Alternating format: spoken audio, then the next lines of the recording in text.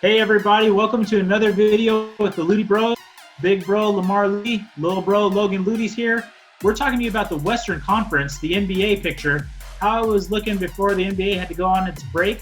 We'll go through each of the matchups, potential first round, and we're just going to give a brief overview of the matchups and how they're going to be looking, and we'll get to you in a future video. So make sure you have your notification bell turned on, make sure you're subscribed, because we're going to come back later on with an in-depth look at each matchup, position by position, player for player, how everything is going to turn out. So, little bro, why don't you give us the matchups for the first round of the NBA Western Conference playoffs? Okay, so right now, Lakers, Grizzlies 1-8, Clippers, Mavericks 2-7, Rockets, Nuggets 3-6, and OKC and Jazz 4-5. Okay. Well, Lakers and Grizzlies in the first round, with the way the Lakers were playing, we talked about this in a previous video.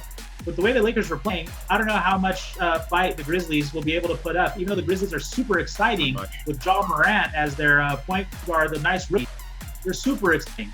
But I don't know. I think the Lakers are on a roll. What do you think, little bro?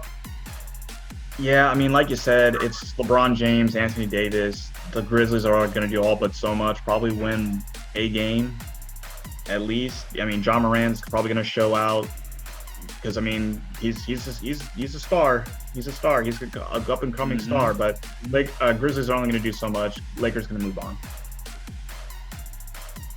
Oh, yeah, definitely. Not to say that we're not excited to see Ja Morant. I think he's really nice. I've seen him put up some big games. I've seen him have some highlight nights on ESPN. But when you run into a LeBron James option, and this is a LeBron on a mission, it's going to be hard. It's going to be really hard for you to overcome that, especially as a rookie.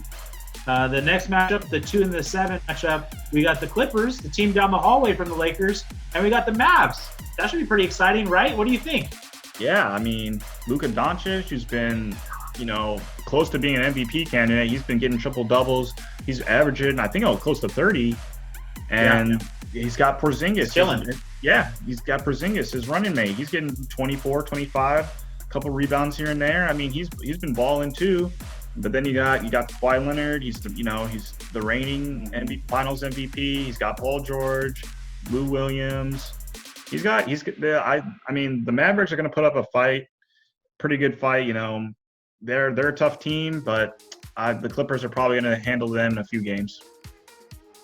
Okay. Oh, in a few games. That's I just don't think Mavericks, to me.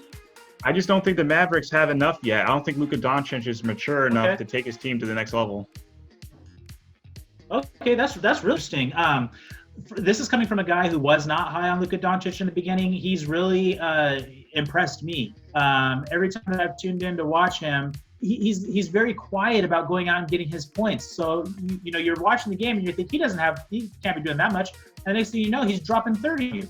So that's really something that's impressed me along the way, watching the Mavericks team play this season. And like you said, you have a unicorn for his running mate. You got Porzingis, the unicorn's running mate.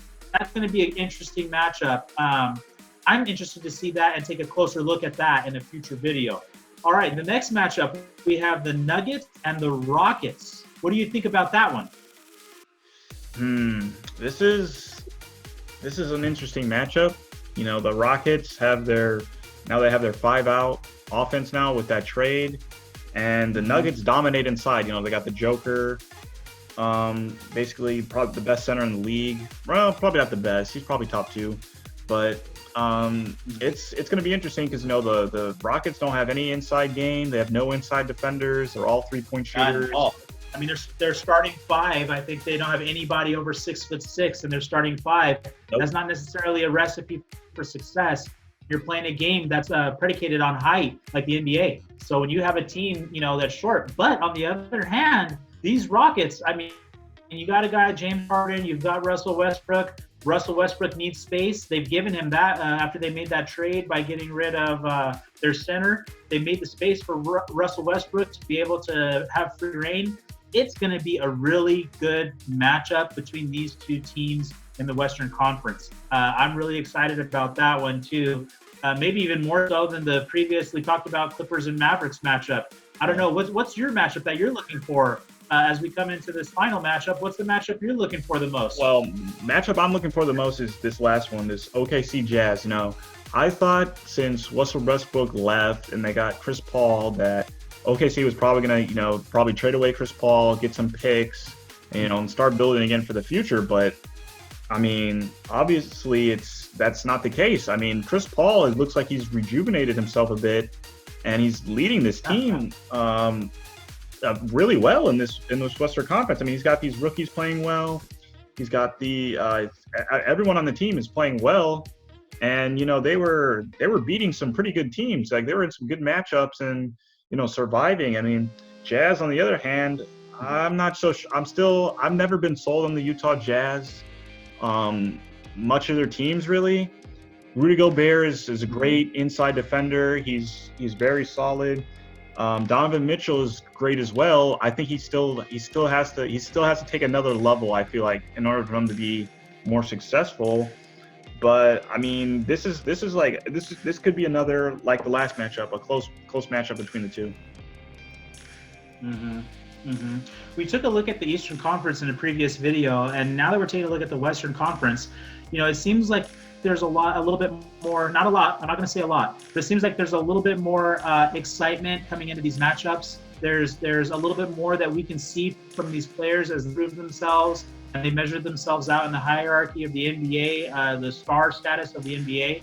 Looking closely at this Jazz and Thunder matchup, I'm excited for it too. I agree with you. I thought that Chris Paul, I didn't think he was going to play one game for the Thunder, to tell you the honest truth. And to see the type of season that he's putting in with this team, that's a real testament to Chris Paul as a leader and as a player and as somebody who's willing to step up, even when the situation's down, to kind of step up. Do you have anything you want to add to that?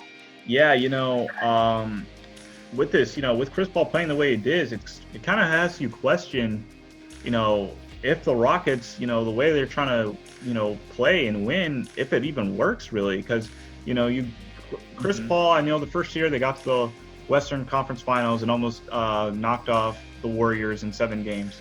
Then the next year they got bounced off in 6. And that previous year, I know a lot of people were saying, you know, they probably would have won if Chris Paul was healthy those last 2 games. Right. The previous year. I agree. I think they would have. I think they would have won. Yeah. And then if he was healthy those last 2 games, I think they would have won. Yeah, me too. And then the following year, I mean, after they lost again, it kind of looked like they put like with the trade, they put the onus on Chris Paul, which I feel like the blame should have went towards Mike D'Antoni, mainly because he needs to change his system. I don't believe you're going to win just shooting 3-pointers and not playing any defense at all. But Chris Paul looks like the NBA has evolved. That's true, but I mean, you have to make adjustments. You can't just do the same thing over and over again. Teams are going to figure you out. They're going to find ways to beat you. I mean, you're playing 7 games against each other. They're going to find ways to beat you. You can't do the same thing. You have to adjust. And one last thing, this looks really bad for the Rockets a little bit because it makes them look bad because Chris Paul came back. Everyone said, "Oh, he's hurt. He's not good. He's old." And he's leading this team. He's not leading an assist or anything, but you can just see he's controlling the court. So I think the Rockets are going to look bad. We'll see because the analytics, it's going to be analytics versus the eye test. We're comparing the Rockets analytics and we're comparing with our eye test and what we've known from over the years of how you traditionally play basketball. So I think that this is a very interesting playoff picture. If we can get back to it, if the NBA can get back to its break, it's going to be a very interesting playoff picture. One last thing about those 2 teams in particular, since that's where we finished off talking. They're both 40-24. So you traded away Chris Paul for Russell Westbrook. And some interesting stuff has developed during the season, and both teams have the same record at the time when the NBA had to go to break. Well, we want to thank everybody for tuning into this video. We're going to be getting into some in-depth content for the Western Conference playoffs and the Eastern Conference playoffs.